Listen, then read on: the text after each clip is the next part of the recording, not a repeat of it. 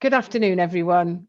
Lovely to see you, and welcome to the first masterclass of our Horticulture Leaders Forum. We've already run a successful panel session, which you may have enjoyed. We're very fortunate to have Evan Williams with us today to lead this session on business development. Evan previously worked for Barclays Bank as Associate Credit Director with a team of 12, lending over £300 million a month. And then in 2014, he established his own learning consultancy, delivering bespoke training and development. And he's also worked as a consultant for Business Wales. So very much looking forward to this session. Before I hand over to Evan, just the usual housekeeping rules. If you could stay on mute, we'd be very grateful while Evan's presenting. But I believe he is going to put some questions out. So if you want to join in, then you can just unmute yourself, and just to check that everybody's clear, just hover down the bottom left-hand side and click on the mute to unmute yourself. You can put questions into the chat box, and then at the end we'll ask you if you want us to read out the question or if you want to ask that yourself. We quite enjoy the interactive sessions of you joining in, so that would be great. This session is being recorded and it'll be posted on the Knowledge Hub in a few days. If you've got any concerns with that, then please just email us. But remember, you can turn your camera off, or you can change your name if you'd rather. So in a second, I'm just going to hand over to Evan, but we've got a very, very short poll. If I can make this work, bear with me. How's that? Has that come up? Yeah. We always have the continual debate as to what's the best time of day, and it varies for people, I'm sure, but it's nice to just ask. Okay, I think we're just give that a couple more seconds.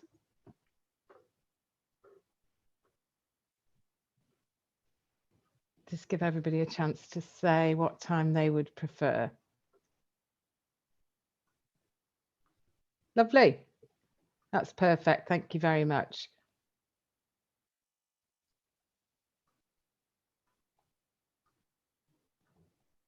Okay. Thank you, Evan. I'll hand over to you. Great. Thanks very much, Sarah. Appreciate the introduction. Afternoon all. Thank you for taking time out of your day to join us today. Hopefully I can get this to work. There we go. So yeah, today's session, business development. So this is a very much shortened version of a workshop we were hoping to hold last year. Obviously, situation prevented us from doing that. So there are a lot of themes that we're going to cover in the next hour. So I'll kind of go at pace. There will be opportunity for you to ask questions as we go along, as we've already said, via chat, and I will just throw a few questions out as well. Be sending some information out at the end of the workshop as well, either today or tomorrow, some more information that you can follow up on as well, but hopefully you'll get some value out of today. Just by way of introduction, so yes, my name is Evan Williams. As Sarah said, I work for Barclays corporate and commercial team. My last role was credit director. So for those of you maybe not familiar with banking, those are the guys that sit in this very rarefied office and say yes or no to loan applications. So I've lent quite a lot of money to some small and medium businesses over the years. So what that has given me is a lot of knowledge around businesses, the way they're structured, what works, what tends to not work, how to put together and pull apart business plans. So I've spent a lot of time doing that. I left Barclays in 2013 to set up my own company. So I've been running that now for 8 years as well.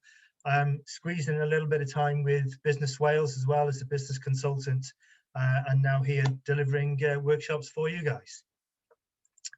So this workshop is around business development, as we said, and I'll just bring all these up. So the aim is to, over the next hour, maybe help you to think a little bit more about your business, and rather than just concentrate on the day-to-day serving of your customers and your clients, maybe putting some practices and strategies in place that can maybe help your business grow a little bit bigger than it is now, and that growth can either be turnover, profit, market share, however you want to define that. I'm going to use as the name says, a grow model, because that seemed to fit with horticultural businesses.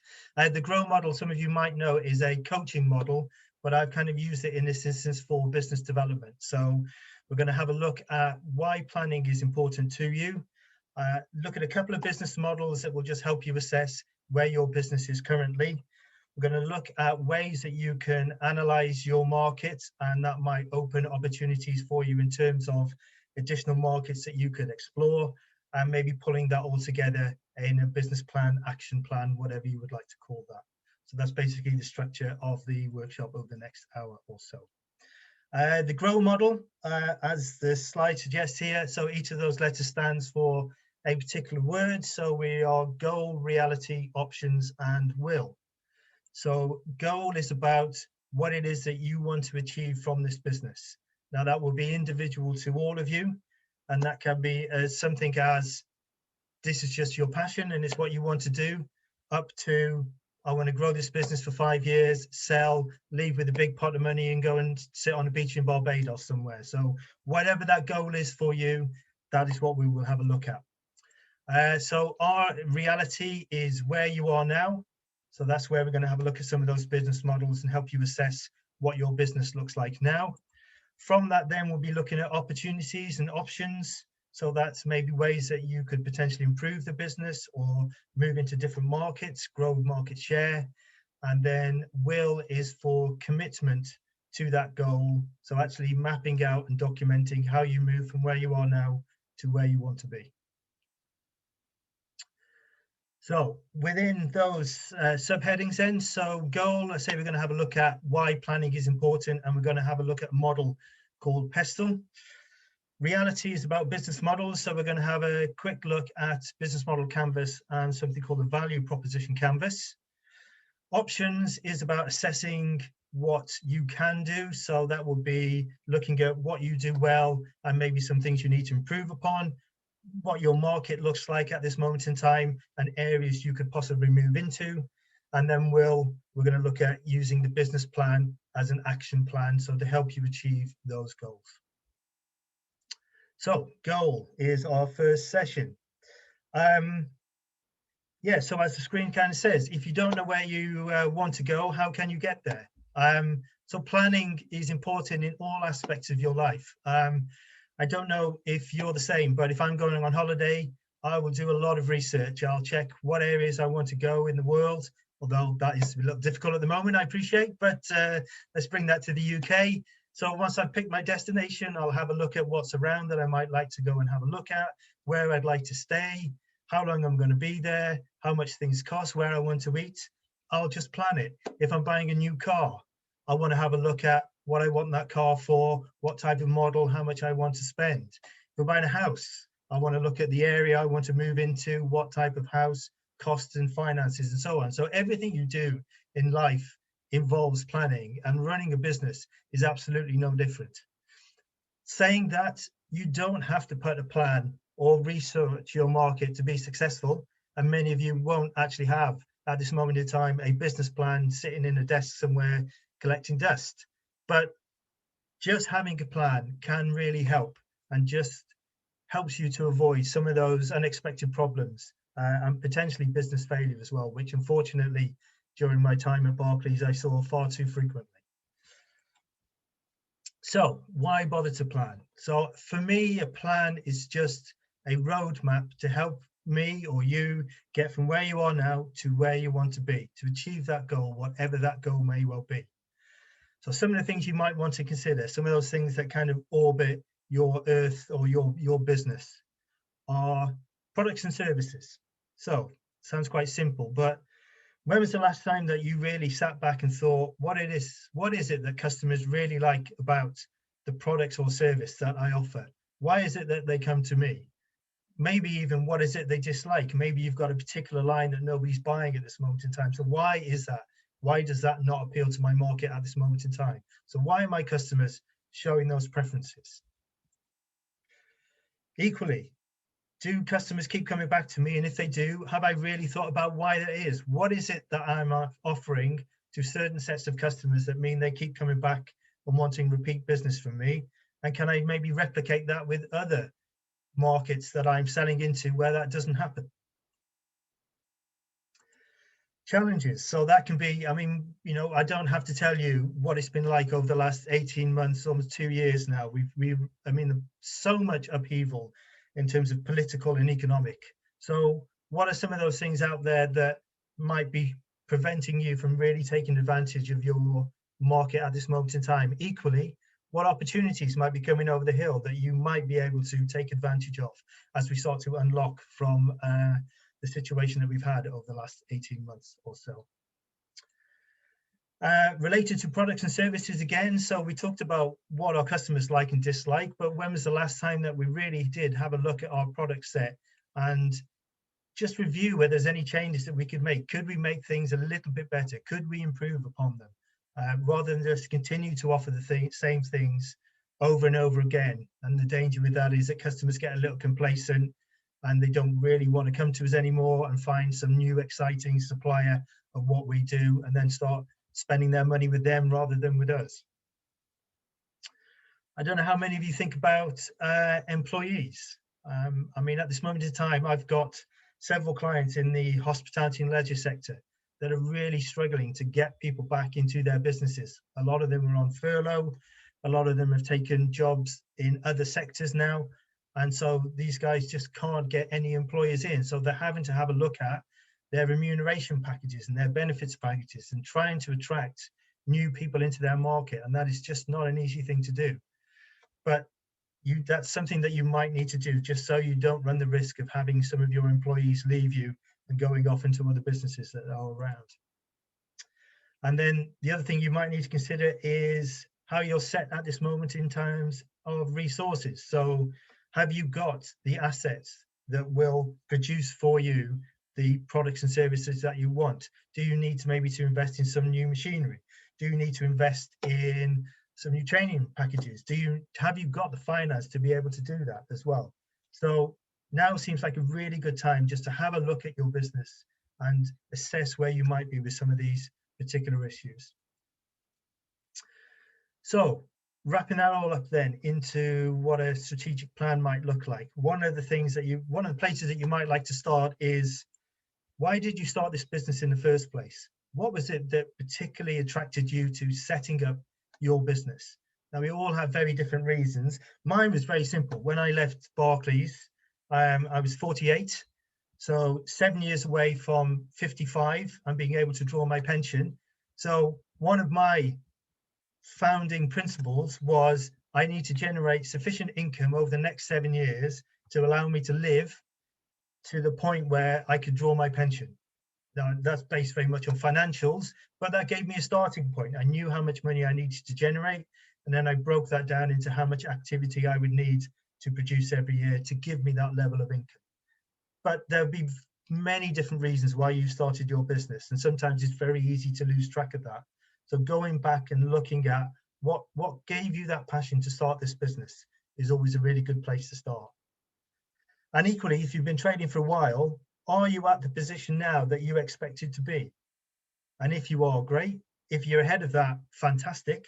But if you're not really where you are now, where you wanted to be, why is that? What has stopped you reaching that potential? So is there anything that you can do now to put some changes in place? And equally, have a look at maybe where you want to be in 5 years' time. For a lot of you, that might just be continuing doing what you're doing at the moment. Some of you might want to be thinking about stepping back from the business. So now is the time to start putting those plans in place so that it's not such a rush in 5 years' time. So you've made that transition now towards a step back and maybe handing over the reins to another management team or some of the employees. And the quicker that you can do that, the quicker that and the more seamless that process will happen. So having a look at why you started the business is a really good foundation. With that then, so what does the business look like at this moment in time? Is it delivering? Are we selling the products that we want to? What is stopping us selling the products that we want to? Does our business model work? Have we got everything in place that we need to really drive this business on? But based on where we want it to be, does the business shape, can it deliver that? Can it deliver the kind of sales and the profits that we want? Can it grow the market as we want it to grow? And do we need to make any changes? So when you've got that, that may then help you focus on what is a priority. So if one of the things that you wanted to do was be the biggest player in your market, that was one of your aims, one of your missions, and you're currently not there, your current situation doesn't allow you for that, what is it that you then need to focus on to be able to do and deliver that for you? And coupled with that then, if you're going to put some changes in place, how do you know that they've been effective? So if we are going to make some changes to a business, we need to set some clear parameters so that we can measure those results. And if we're on track, great. If we're off track, then maybe we need to go back to what that strategy was and redefine it somehow and make some changes so we can hit those results. So concentrate on that first point, that establishing the foundations and why we started the business in the first place. I mentioned destination earlier. I think maybe for destination we read vision. So what is it that you really wanted to do when you turned that close to open sign on the door, or when you first opened the gate and let people come into your business? What was it that you really wanted to do? What was it that you ultimately wanted to achieve with this business? And are you still doing that? Is your organization living up to what you wanted it to be and its purpose? If you haven't already got a vision in place, I would certainly suggest that you maybe look to do one, but just make it specific to your business. I mean, you can have a vision of, I want total world domination in 2 years' time, and that's fine. But I mean, really, is that realistic? Is that something that you could really do? So make it very specific to you and make it an outcome that you can absolutely achieve. So I mentioned Pestle early on. I don't know, has anybody come across Pestle before? Possibly, possibly not. Certainly if you're in regular conversation with your bank manager, this might be something that they talk to you about. So Pestle is just a way of helping you analyze your external business market at this moment in time. So it's not about your business as such, it's about the environment with which you operate in. Pestle, as you can appreciate, each letter stands for a particular criteria. I don't know if anyone might want to suggest what the P in Pestle might stand for. This is the interactive bit. People. People, it's a good guess. It's not people, but thank you. Political. Political. Excellent. Thank you very much. Is that you, Debbie? Yes, that was me. Great. That's a gold star. Well done. Thank you very much. Well, as you're on then, do you want to have a go at one of these? Well, I kind of know Pestle, actually. Do you? Oh, well, there we go. Well, do you want to rattle through it then? Well, it was a while ago. So is it in economical? Yeah. Oh God, now you're asking. This was off a HR course I did years ago. Okay. So this is to do with kind of people, the S bit. I'll give you this one then. So I social. Go on, Sarah, you join in. I'm feeling for you under pressure, aren't you? It was ages ago. It was years ago. Okay, I'll tell you what. I'll run through them. It's fine. Yeah, but thank you for joining in. I do appreciate that. So yeah, technology, legal, and environmental.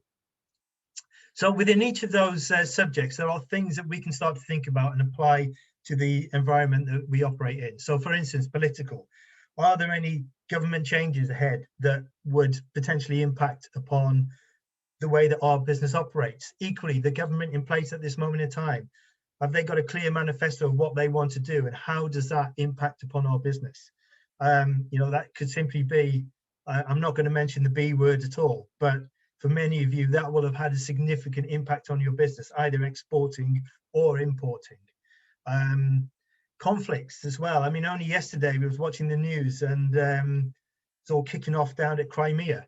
Now, I mean, that's a very long way away, but potentially that could be the start of a war between the UK and Russia, and how that, not a war, but a political war between those two countries, and how might that potentially impact upon our business. I mean, it may not, but these are some of the things that we maybe just need to start thinking about rather than just solely concentrating upon our business. So for economic, lots of things to consider in here. So disposable income. I mean, how do we feel feel at this moment in time about spending money? A lot of people don't have jobs at this moment in time. Unemployment is quite high. A lot of people have been on furlough for a very long time, maybe feeling very insecure about their jobs and their job roles. So maybe spending money isn't something that they want to do at this moment in time. And that could significantly impact upon our businesses. There was talk yesterday around potentially raising interest rates. So again, how does that impact us? If we're borrowing at the moment, that could have a really significant impact upon our business, that we might have extra debt to service. So lots of things to consider around that. Social is around thinking about, so what are some of the major social or ethical factors at this moment in time? I mean, I don't need to tell many of you that sustainability is really high on the agenda at this moment in time. And the UK is going to be hosting a major environmental conference in November, COP26, I think it is called. So I mean, it's massively high on the agenda. Everywhere you go, it's about recyclable bottles, bamboo toothbrushes. I mean, whatever it is, in almost every facet of our lives now, sustainability is taking a greater hold. So maybe having a look at that and how that impacts upon the way that you do business and what you use within your business might just give you a particular edge. Technology constantly changing all the time. And again, just having a look around what is happening might potentially help you. I mean, who uses a compass anymore? It's sat nav. You don't even have a sat nav. Most of it's on your phone or your watch. So technology constantly changing all this time. And again, could have a potential impact on your business. So legal, again, around government, regulatory bodies, how they perceive the sector at this moment in time. Are they really shouting for support for your industry? Could they do a little bit more? Lots of competitive regulations out there, again, in many, many sectors. Again, just to relate it back to hospitality and leisure, but when I was at the bank, I had many clients in the hospitality and leisure sector that were absolutely devastated when the smoking ban came in place, because one of their ways that they operated was a great big yard out the back where all the smokers used to go and drink their pints. And as soon as they weren't able to do that, then the customer base just disappeared virtually overnight. Totally outside of their control, but a massive impact upon their business. And a lot of them didn't really think it was either going to happen or didn't think about the consequences of it coming in until it was too late. And environmental, again, so very much as we touched on social, some of the big issues, what is happening in your sectors at this moment in time that could impact on your business. So Pestle, it's a really good tool just for maybe just getting you away from the day-to-day of your business and just maybe raising your head a little bit to look a little bit wider around what is happening in the whole environment that could potentially offer you opportunities, but equally could potentially be threats for your business as well. So, oh, sorry, I've gone a little bit too quick there. So, mentioned, I think at the beginning, I'm going to be sending out some bits and pieces. So one of the things I will be sending out is a Pestle template for you to have a go at completing.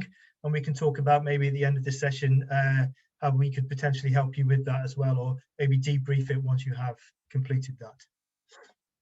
So just in summary then, yeah, why bother to plan? I'll just bring some of these up and just pick out some of the key points. I think for me, with everything that you do, there is a plan, whether you actually commit to paper or not, and it's just in your head. Most of the things that you do day to day involve a plan. You go shopping, you kind of know what your list is. It's a plan. We talked about buying a car, buying a house. Everything you do involves a plan, and your business should be exactly the same. The danger of not putting a plan in place is that you just drift a little bit. But if you've got a plan and you know where you want to go, there's a greater chance of you getting there. So, reality. So this is around where we are now. Where is the business currently? What do we kind of look like? Have we got everything that we need to really be successful? So I mentioned this is about a couple of modules. So the first one is business model canvas. So I don't know whether many of you have come across Rhythm Master's Canvas before. You can get many downloads online, so I wasn't going to send the template out, but if anyone does have any problems finding one, do let me know and I will send a copy. But Business Model Canvas attempts to split your business up into 9 areas, just to help you think about these specific areas and how important they are to your business. So the first one is key partners.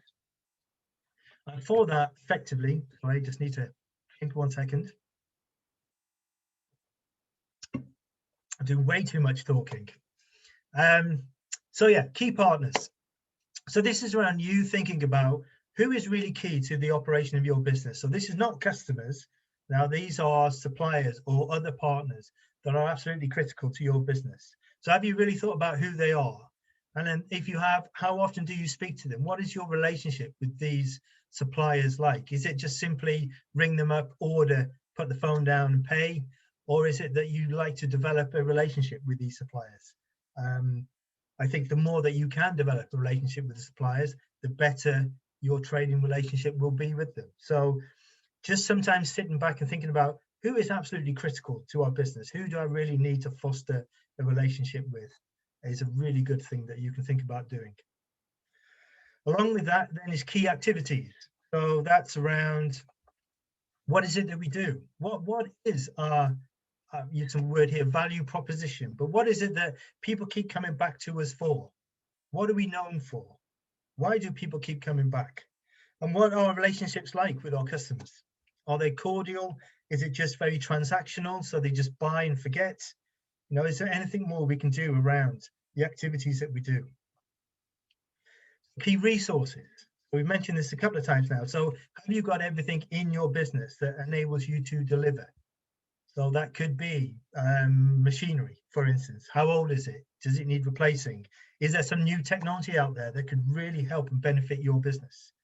So sometimes doing an asset audit is a really good thing to do. So walking around your business and making a note of everything that you've got might potentially highlight some gaps there as well. So key resources is a really good thing to look at. Alongside that then is costs. So I don't know, again, how often you review your financials. I mean, I would certainly recommend at least once a month if you've got some management accounts or an accounting package, and just have a look at where your money goes. What are you spending most of the money on? Is there some ways that maybe you can make some cost savings there? I mean, a lot of us, from our personal finances, I always review my direct debits at least once a month, just in case there is something going out that I don't need anymore. The classic one is the gym. So, you know, if you've been paying that for 12 months and you don't go, well, cancel it. The same could be for anything. There may be a subscription that you put in place for your business 12 months, 2 years ago that really you're just not getting any value from more. Well, maybe that £10 a month can be spelt better elsewhere. So reviewing your costs is an absolutely key critical business practice that you can do. We've mentioned customers under key activities, but yeah, so who are your customers? I don't mean by names, but kind of what's the demographic? What are their age ranges? Do we know much about their professions? Do we know much about their incomes? Maybe where they live? I mean, all of this can really help you and your business, because if you know where your customers are most sourced from, then you can concentrate maybe your marketing efforts on those, rather than the scattergun approach of everybody. So it'd be much more targeted and probably save you a lot of money in the long run as well. So having to think about who your customers are and from where they come from can really help you. Channels is a really good one. So by channels, we mean, how do you get in contact with your customers? How do you make them aware of your products and services? For many of you, that could just simply be a physical premises that people come into, but you know, how do you market that business? Is it online? Is it not online? If you're not online, should you be? I mean, I think when you've looked at customer relationships and you've decided most of your customers are in an age range of 18 to 30, I think if you don't have any social media, you're probably completely anonymous to them. So having a look at who your customers are and how you communicate with them can really reap some benefits for you.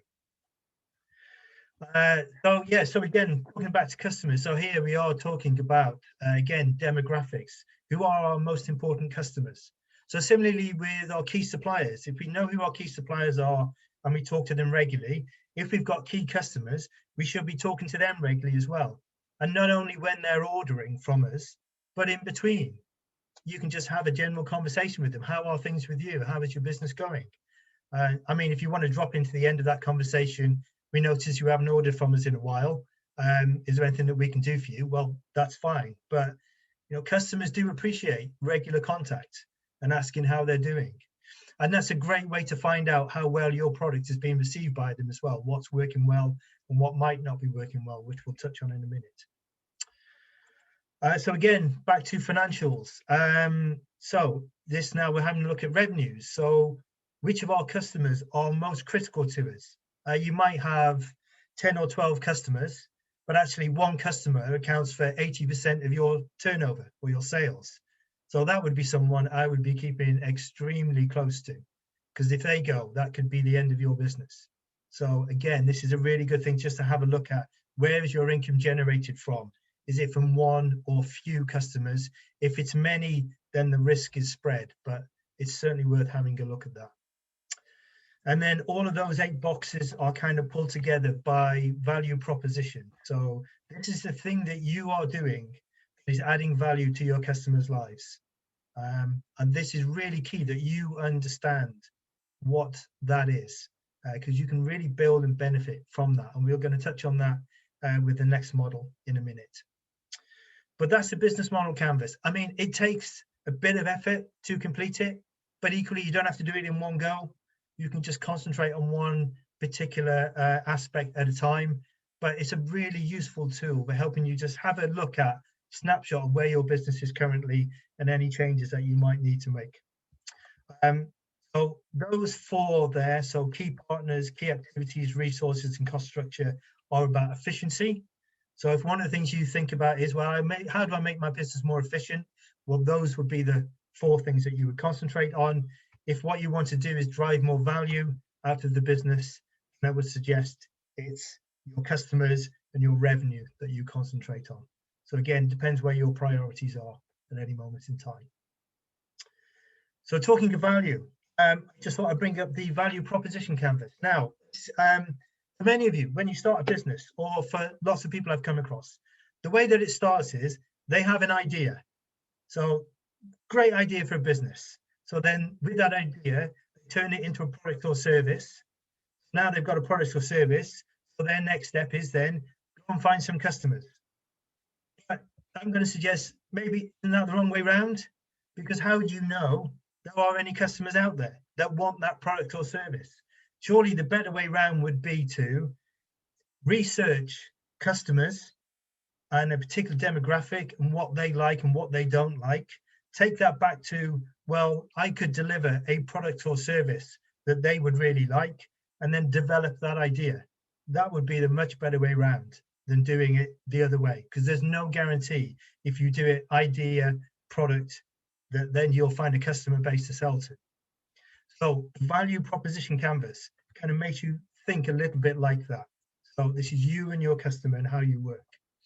As I said, a lot of people start with their products and service, and then they try and find some customers over this side to try and sell to. But what they haven't done is concentrate on customer needs. So what is it that your customer is trying to get done? So why do they buy your product or service? What is it they do with that? So do they just on-sell it, or do they do something with that that helps them solve a problem for their customers, satisfy a need for their customers? Do we know what that is? So if we know what they're trying to do, well, what we could potentially think about then is, could we help them with that? So is there anything that we could do, either with our products or service, that we think could benefit them and ultimately their customers? So how is it that we could make a real difference to what they do? So how could we offer them a gain?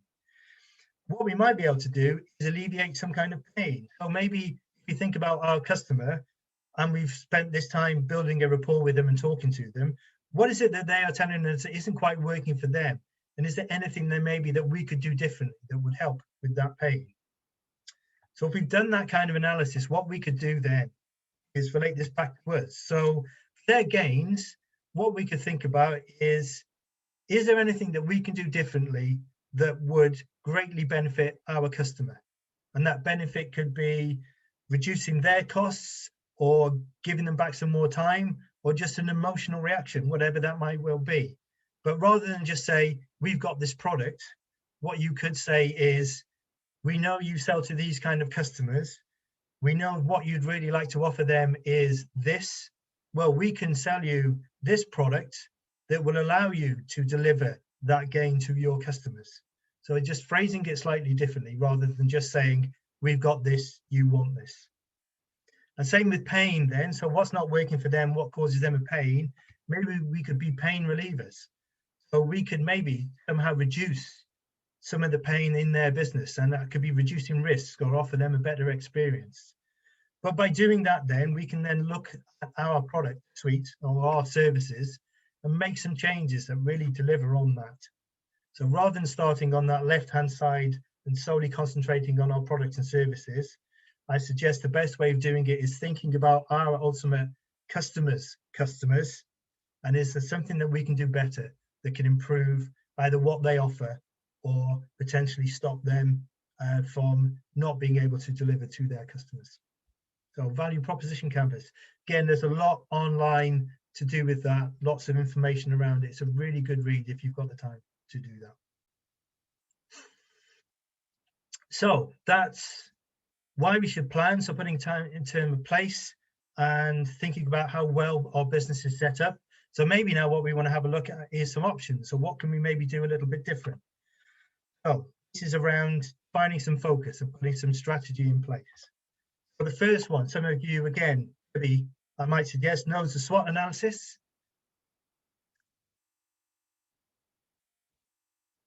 I'll take that silent as maybe no, but that's okay. Okay, so SWOT analysis, some of you may well come across. Nice and simple. So SWOT analysis is simply strengths, weaknesses, opportunities, and threats. So again, this is you looking at your business and seeing what works and what maybe needs to improve. So that's strengths and weaknesses, but then equally looking externally as well. So what opportunities are there out there, or what threats are there to my business that I need to be aware of? So strengths, for instance, why do you think you are better than the competition? What is it that you do that you can really build upon? How is it that you differentiate yourself from some of your competitors?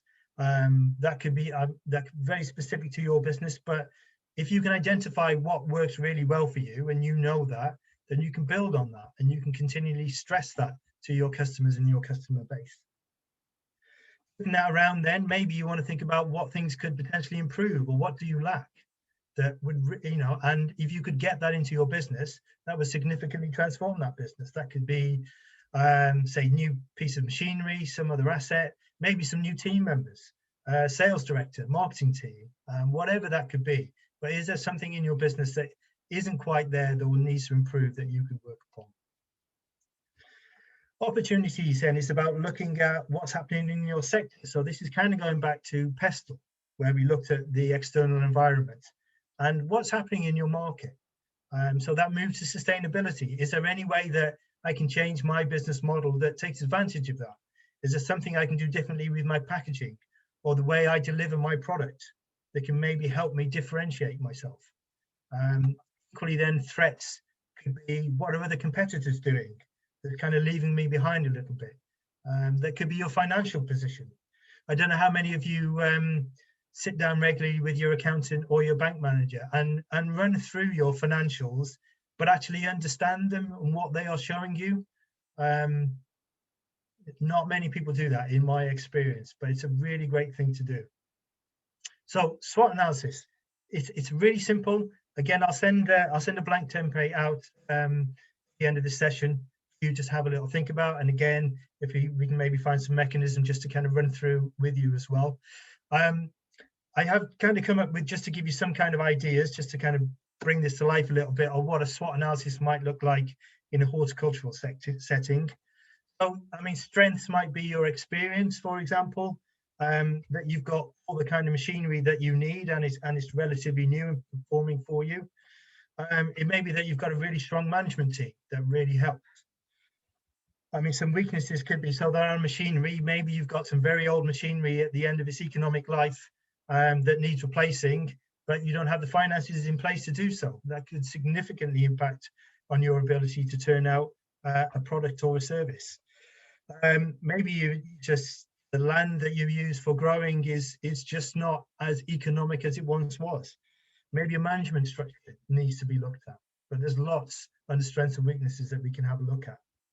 Equally, under opportunities, there could be new crops that you might want to take advantage of. Again, under that, maybe climate issue. A lot more of home growers are looking at drought-tolerant plants. And maybe that's an area that we could potentially think about moving into if we're not offering that at this moment in time. Maybe expanding the land that we grow upon, if that is possible. And again, we've got the finances to do so. Maybe an opportunity is just staying where we are, because we are seeing competitors around us losing market share. But maybe there's something about the way that we do it that just means we just keep our heads above water. Absolutely fine. And then threats can again be ranging from climate or economic policies put in place by governments, or just nobody wants our product anymore. So again, SWOT just helps you maybe think about where your business is at this moment in time, that's strengths and weaknesses, and what the external market looks like for you. So that's opportunities and threats.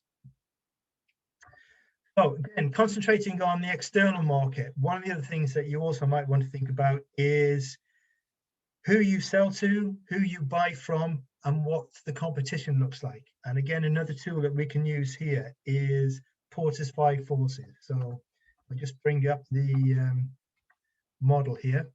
So this model suggests that there are 5 critical impacts upon your business that you need to consider.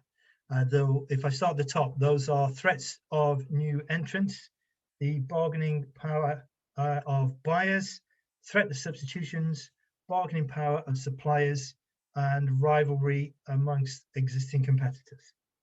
So lots of jargon there, but let's maybe just try and break that down a little bit. So why is it important, do you think, for you to understand the setup of suppliers in your marketplace? What are some of the key considerations you need to think about? This is another interactive bit.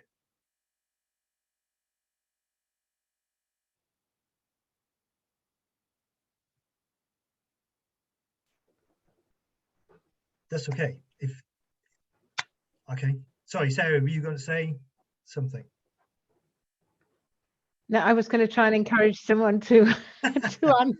That's okay. I appreciate it's, Zoom is not a great sometimes mechanism for engaging, so it's fine. I'm quite happy to talk, and then we can deal with some questions at chat after. Is absolutely fine. So yeah, what I'm going to suggest is, why is it important for you to know about suppliers? So for instance, if there are relatively few suppliers of your product, so what you need to actually make your product or service, if that raw material is only supplied by a few, then you are effectively in their hands in terms of the price that you pay, because they are the ones that set the price. If you can only go to them to buy your raw material, they can effectively charge you what they want to charge you, and they can dictate the terms on which you pay.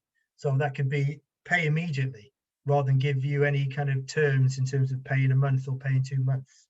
So having an understanding of that is really important, because that significantly impacts upon your cash flow, for example. So similarly with buyers then. So again, why is it important to understand how many buyers there are in your market? So very similar. If there's only one buyer of your product, well, again, they're the ones that are going to set the price, not you. You can say, I want £20 for this product, but they'll turn around and say, well, I'm only going to pay you 10. Who else are you going to sell it to? So having an understanding of how many buyers are in your market is really quite critical, both to your profit and loss, to your cash flow, and to your pricing policy. So absolutely critical. Competitors. I mean, again, why would you need to understand about competitors? Well, there may be somebody out there doing the same thing that you're doing, but doing it better. And the implication of that is you could lose market share. You could lose a big chunk of your customers to that particular competitor. You could lose your main customer to your competitor. And if you lose that main customer, that could effectively be the end of your business. So again, understanding who's out there competing with you, the size they are, and the product offering that they do, just helps you think about the strategy that you can put in place for your business. Substitution. So again, that is about, can customers find a different way of doing what they do instead of buying from you? Now that can just simply be buying from somebody else, but it could be that they have always bought something from you that meets a purpose, but technology change is now come in, means that your product is superfluous. It doesn't need to be bought anymore. So if you've done Pestle and had a look at what's happening in the outside world, maybe you would have got ahead of that and made some changes to the way that your product is offered. So having to think about how vulnerable you might be to substitutions, again, is really critical to the way that you market your business. And then the final one is around new entrant. So this is about how easy it is for other people to come into your market and compete. So for instance, if you're very labor intensive and machine intensive, that would be maybe quite difficult for someone just to come in and replicate what you do, would certainly maybe cost them a lot of money. But if it's relatively easy to come in, then you're going to have many competitors. And it might be that you have stolen a march on the market and you are the product leader. But if you're looking like you're successful and making lots of money, I can guarantee you someone's going to come in and start copying that. And if it's relatively easy for them to do, they're probably going to start undercutting you, and then they're going to take in some of your market share. So again, having an understanding of that is absolutely critical. I'm conscious of time, so I was going to run through a little exercise here just to bring that in life, but I'll maybe just motor on if that's okay, and we can always ask some questions around that in the Q&A. So pretend that isn't happening, and we'll move on to, I'll just move on to this. So with that in mind, so thinking about porters and some of the issues there and how external forces can impact upon your business. One of the things that you might want to think about is how I can do things differently. And by differently, I mean how we can look at the market that we're operating in, and that's new markets and existing markets. And then equally having a look at our products and services and think about existing products and new products, and maybe doing things slightly differently. So there are 4 facets to the growth matrix. The first one is market penetration. Market penetration, just by virtue of the fact you can see where it sits in that grid, is about generating or increasing sales of your existing products to your existing markets. So it's not really doing anything different, but just taking greater market share with what you have. Strategy that you might want to take is market development. So again, this is again thinking about your existing product set, but maybe finding new markets for that existing market set. And we'll have a look at how we do some of these in a minute. Product development then, as the name suggests, is developing new products, but here we are equally concentrating on our existing market.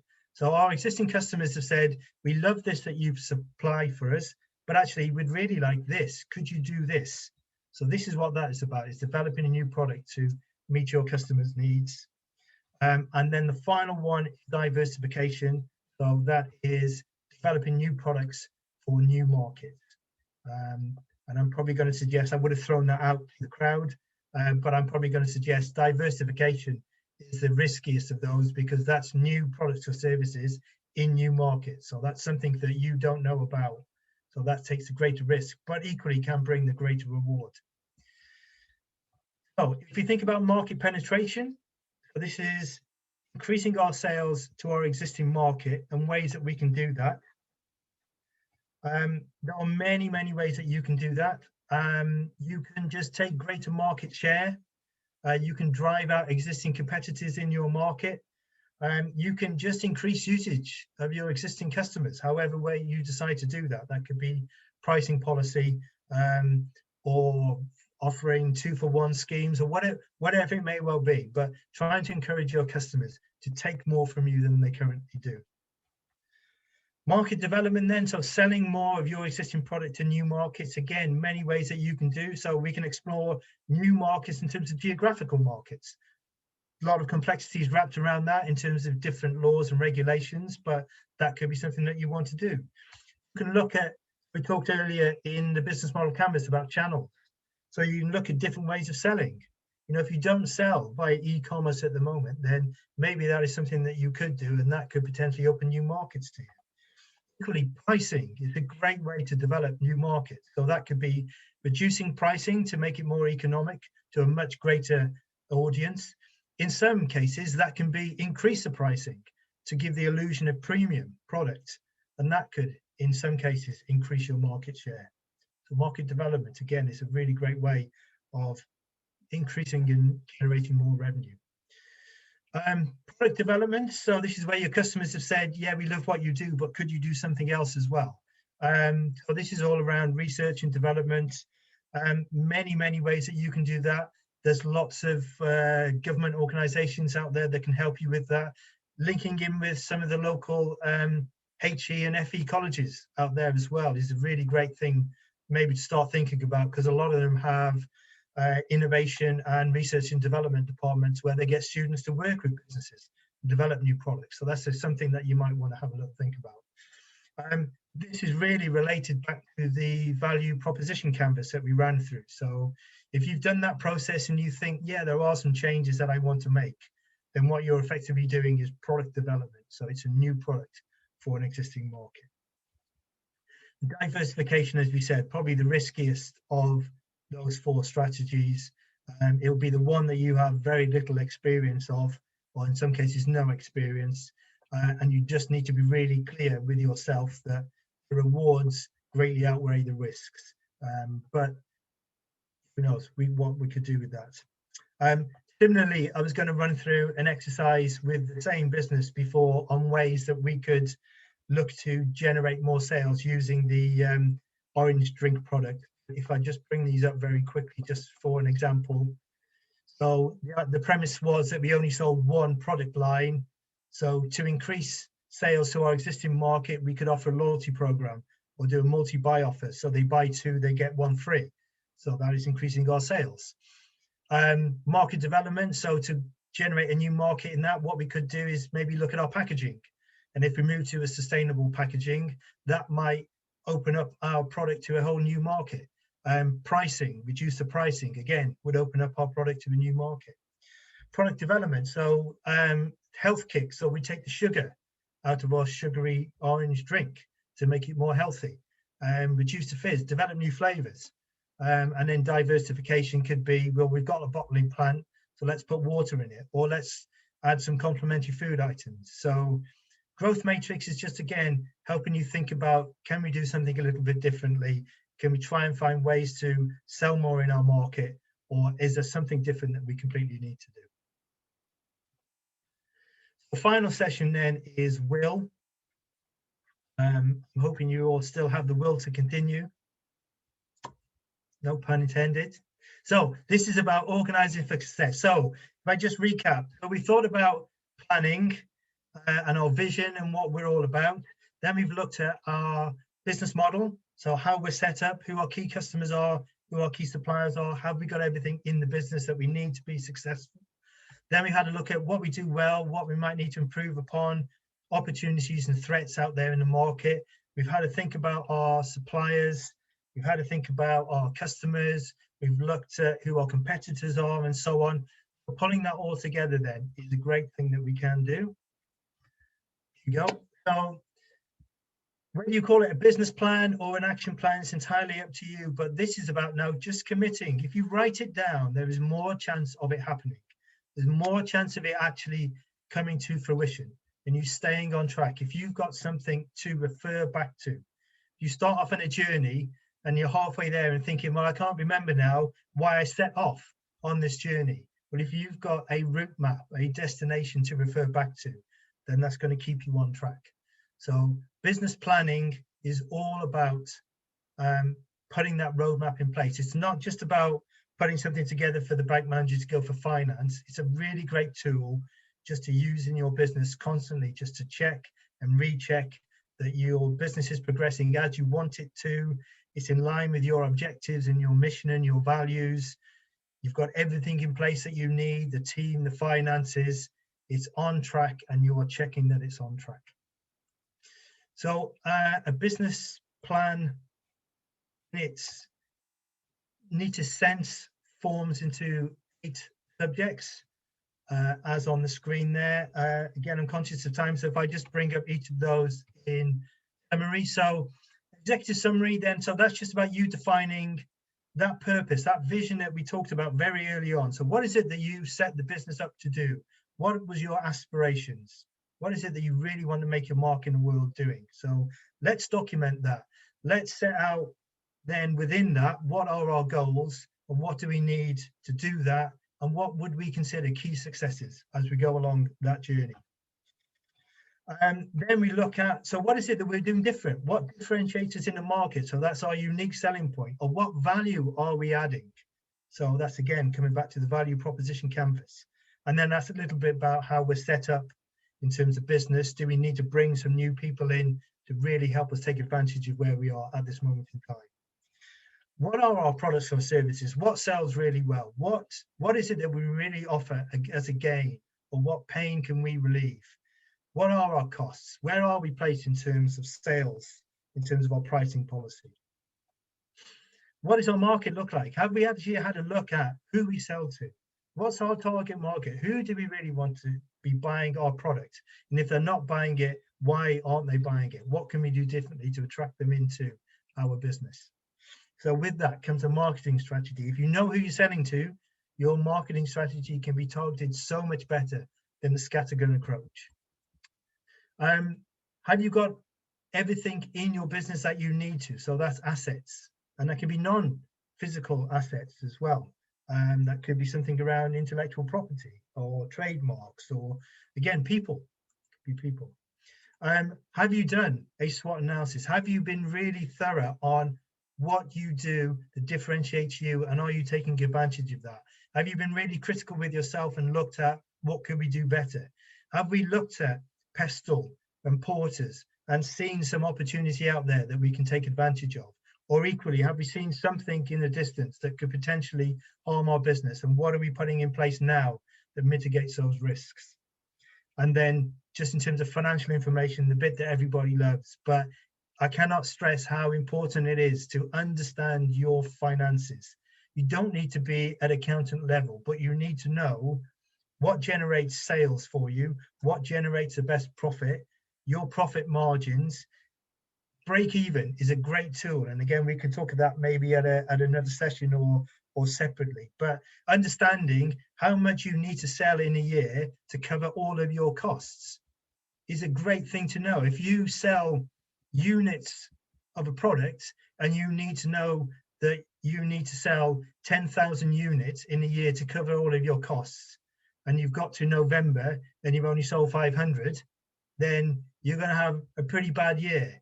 However, if you've got to April and you've sold 12,000, you know every sale from now on for the rest of that year is going to generate profit. So calculating your break even is a really great thing to get into. So yeah, business plan, however you want to use it, whatever you want to call it, business plan, action plan is a really great thing to put together. So again, I'll send out a template at the end of this session just to give you an idea of how to start creating that and some things that you might want to think about. So in summary, we've looked at using a GROW model: goal, reality, options, and will.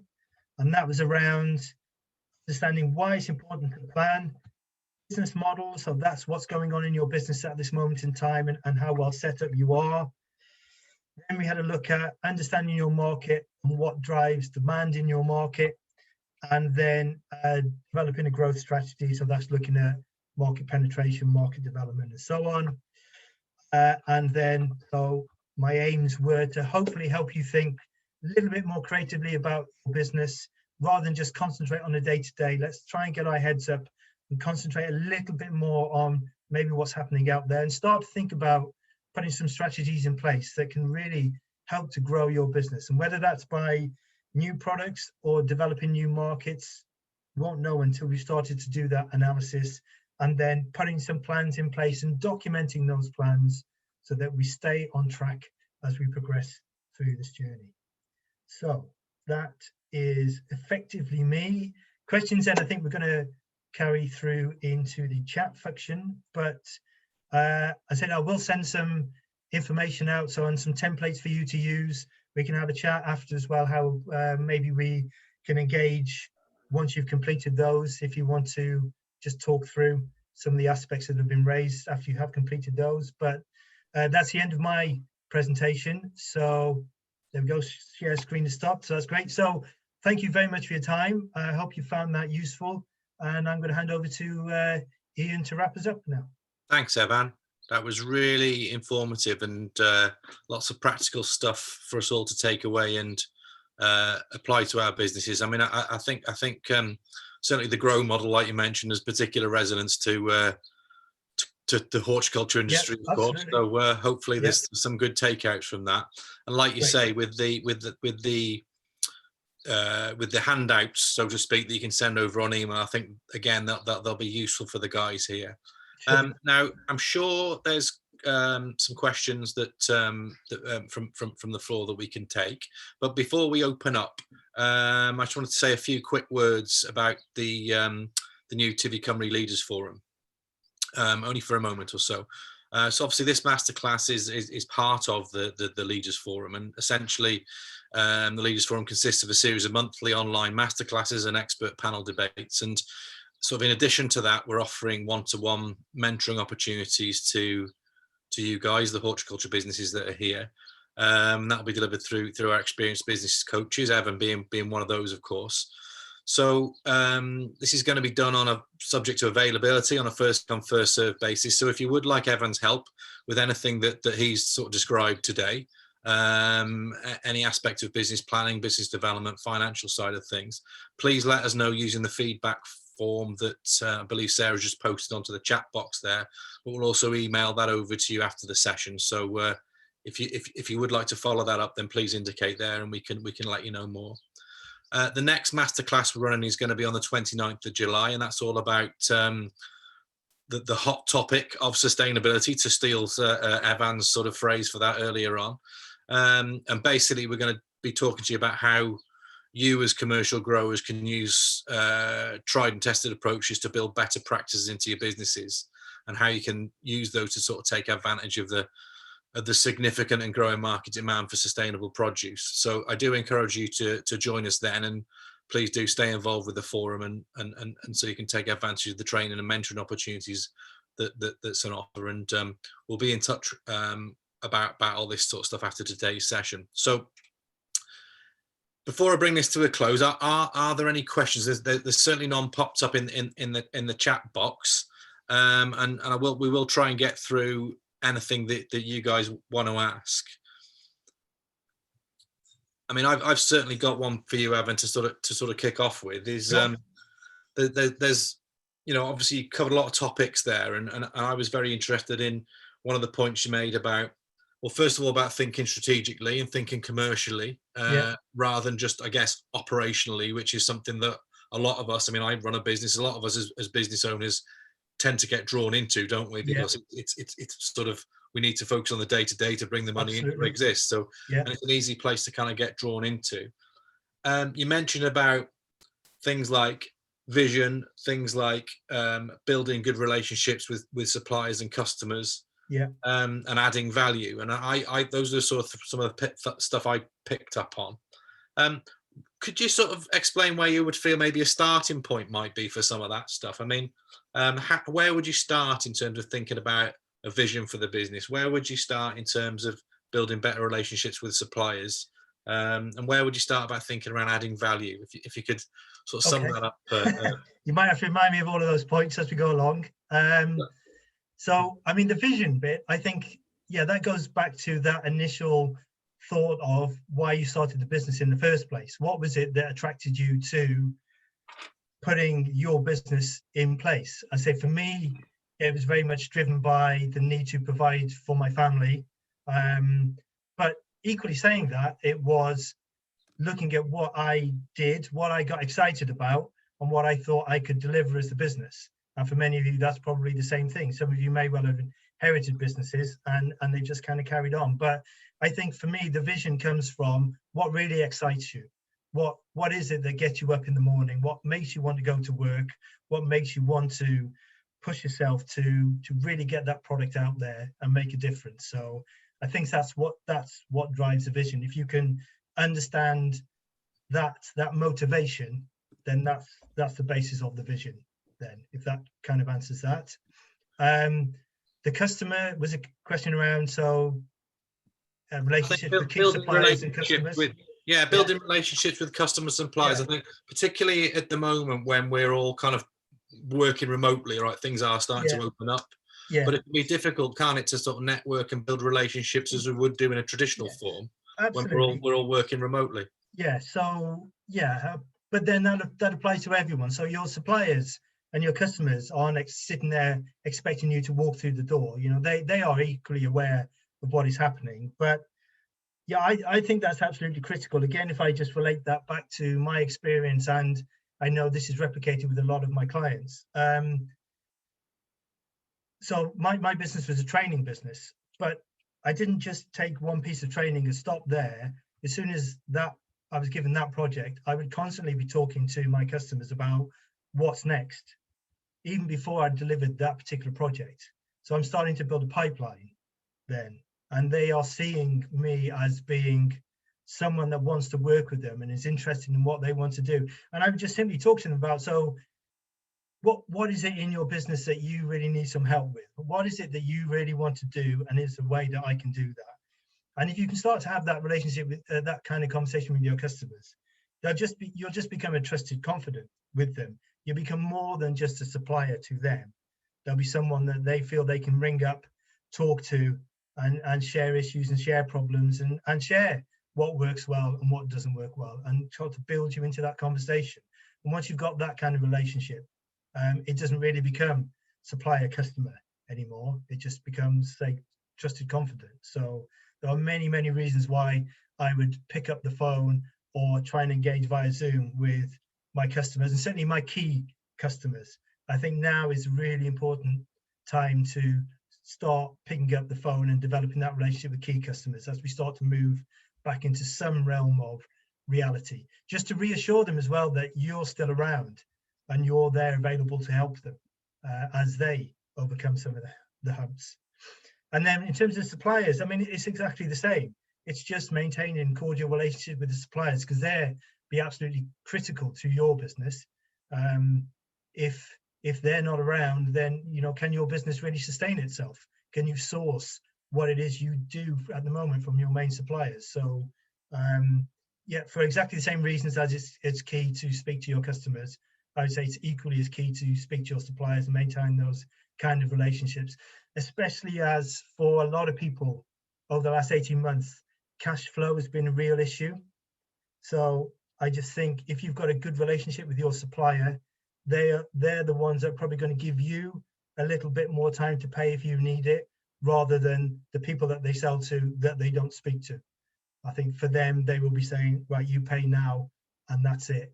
I think if you've got a good relationship, you might be able to get an extension on some of your credit terms. So if only for that reason, to help with cash flow, I think it's critical that you speak to your suppliers.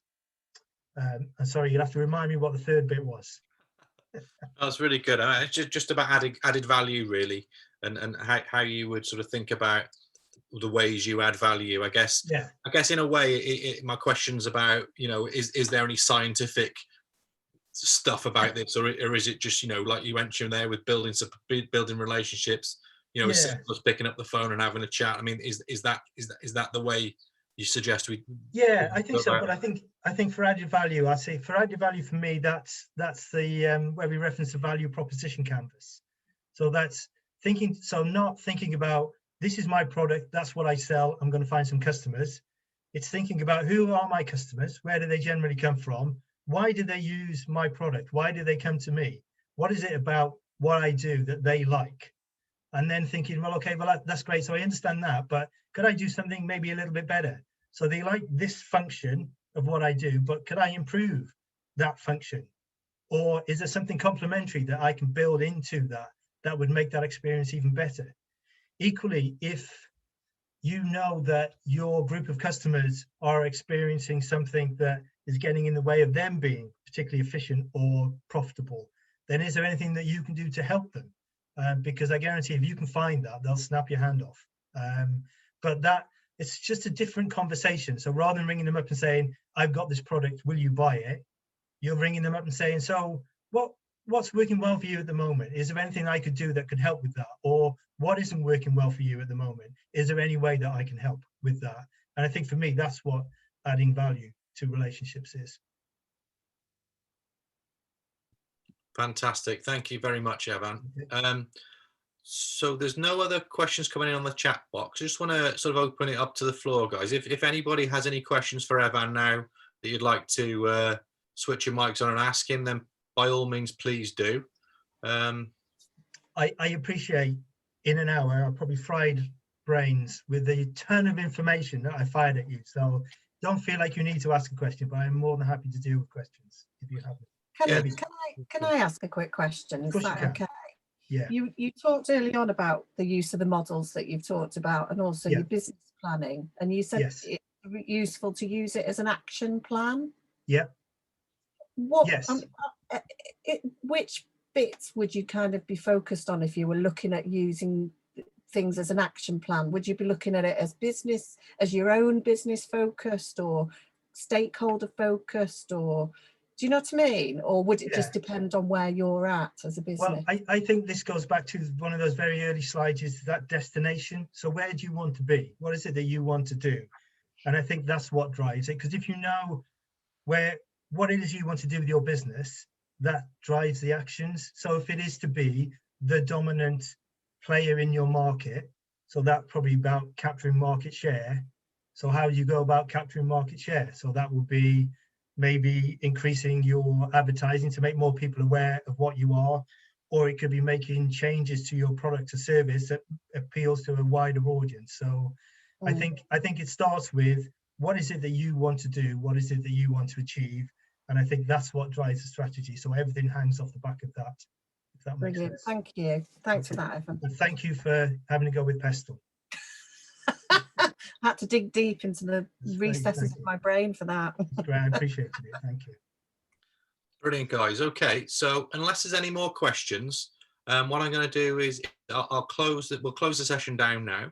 If you do have any burning issues you'd like to run by Evan, then by all means reply to us on the email that will come out to you after the event.